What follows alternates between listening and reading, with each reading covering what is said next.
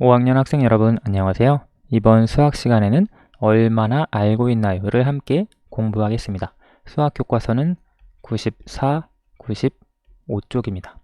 이번 시간에는 4단원 소수의 곱셈에서 공부한 내용을 여러분이 잘 알고 있는지 문제를 풀어보면서 다시 확인해 보도록 할게요. 여러분은 영상을 멈추고 스스로 문제를 풀어보시기 바랍니다.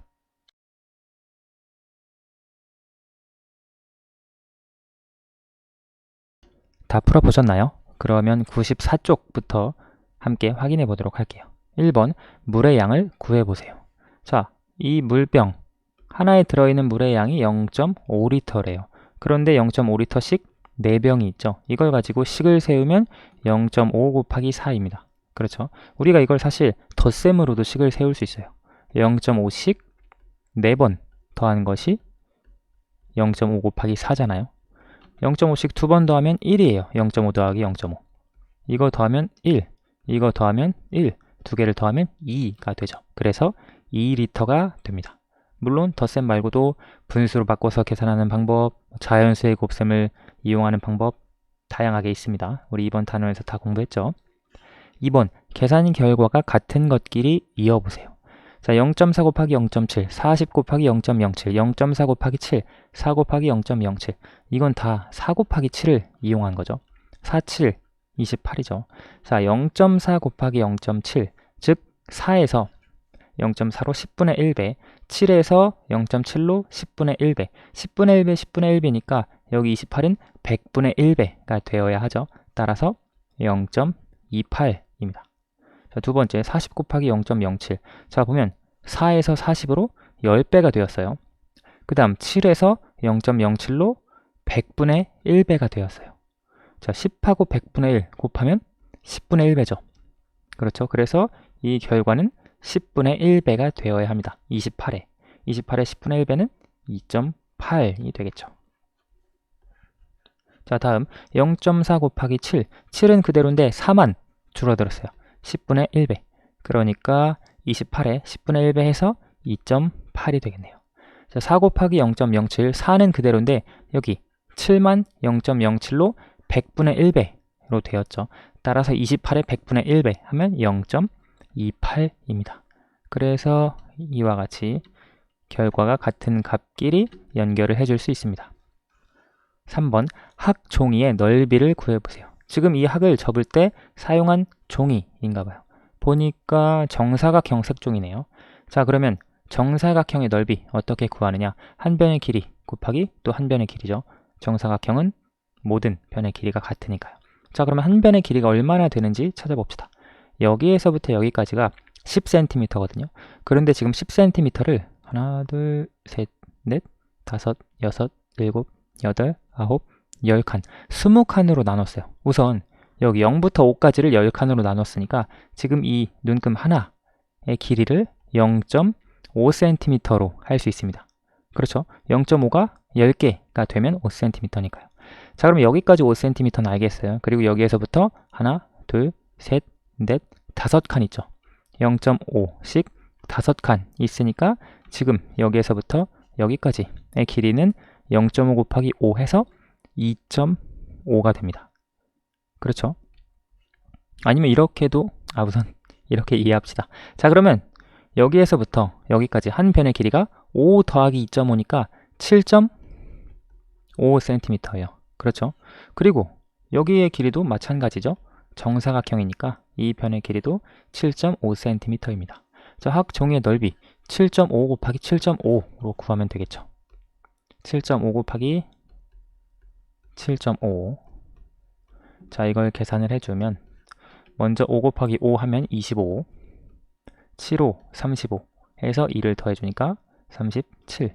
자, 5, 7에 35, 7, 7에 49 해서 3을 더해주니까 52.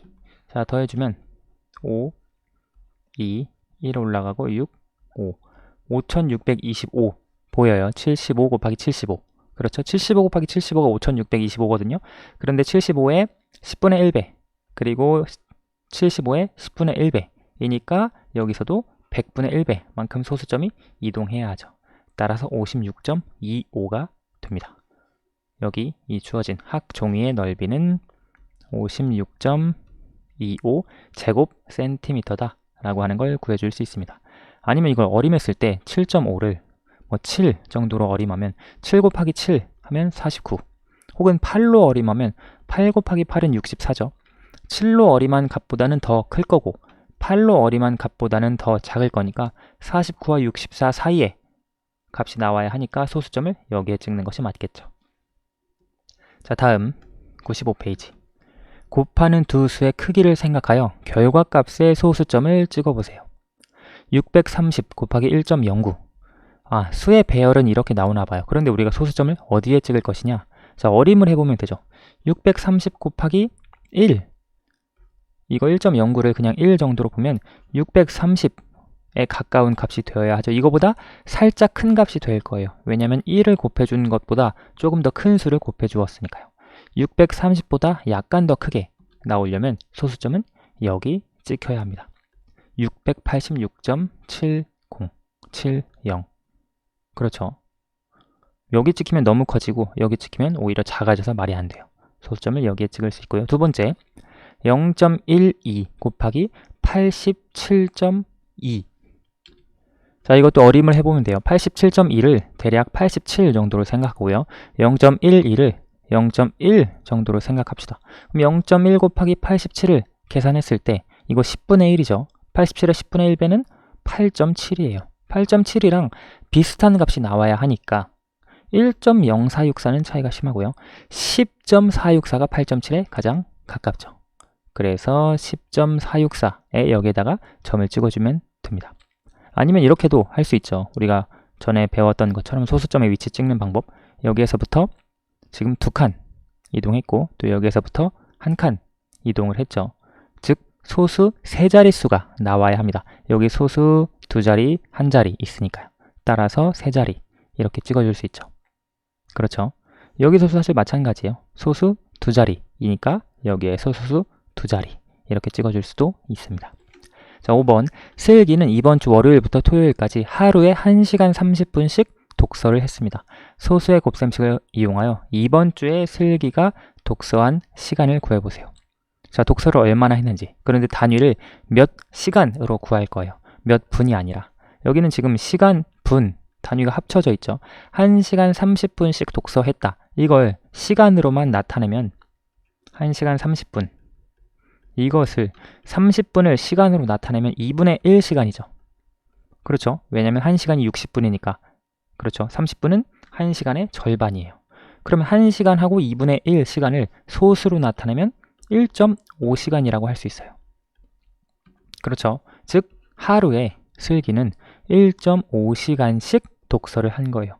그런데 월요일부터 토요일, 여러분 그냥 일주일 대충 생각해서 7일이 아니라 문제에서 월요일부터 토요일이라고 했습니다. 그렇죠? 그러니까 1.5시간씩 6일이죠. 월, 화, 수, 목, 금, 토, 일.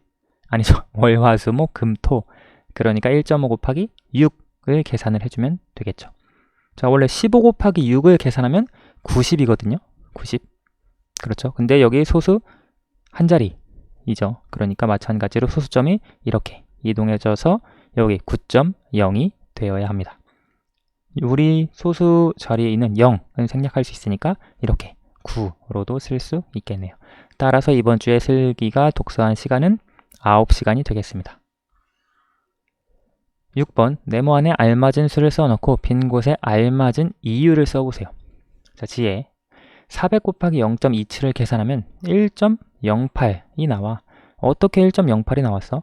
4와 27을 곱하면 108이 되는데 자연수의 곱셈을 이용했나 봐요.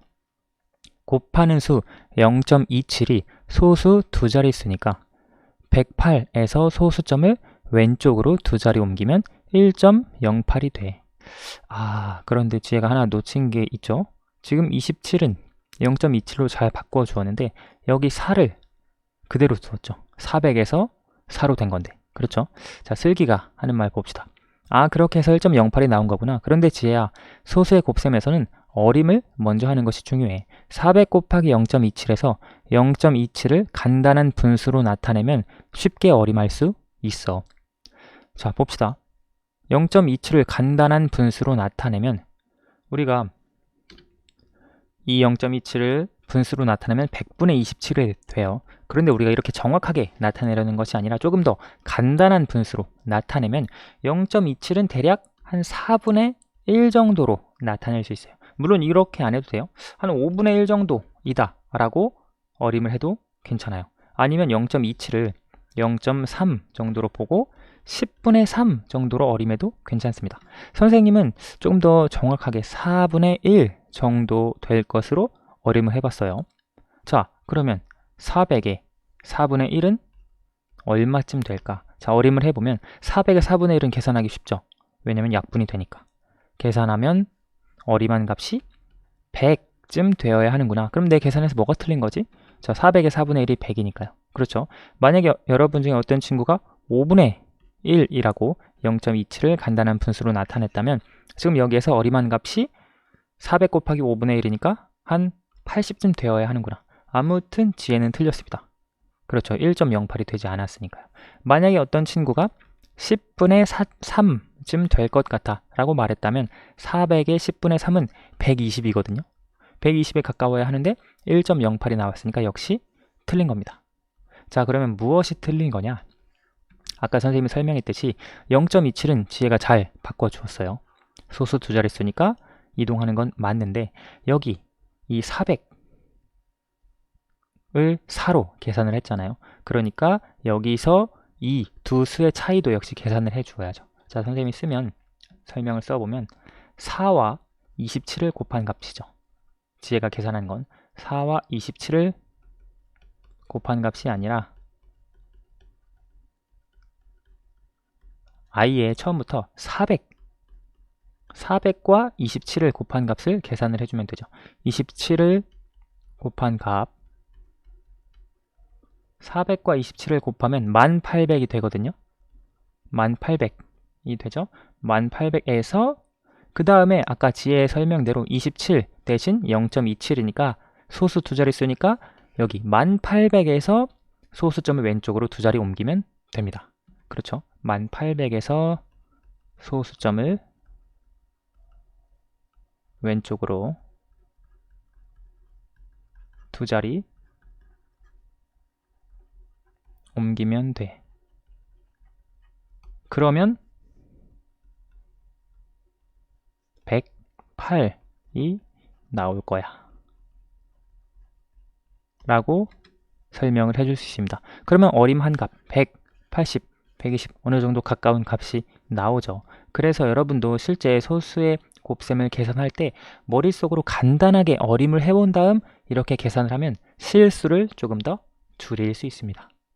오늘 수학은 여기까지 하도록 할게요. 감사합니다.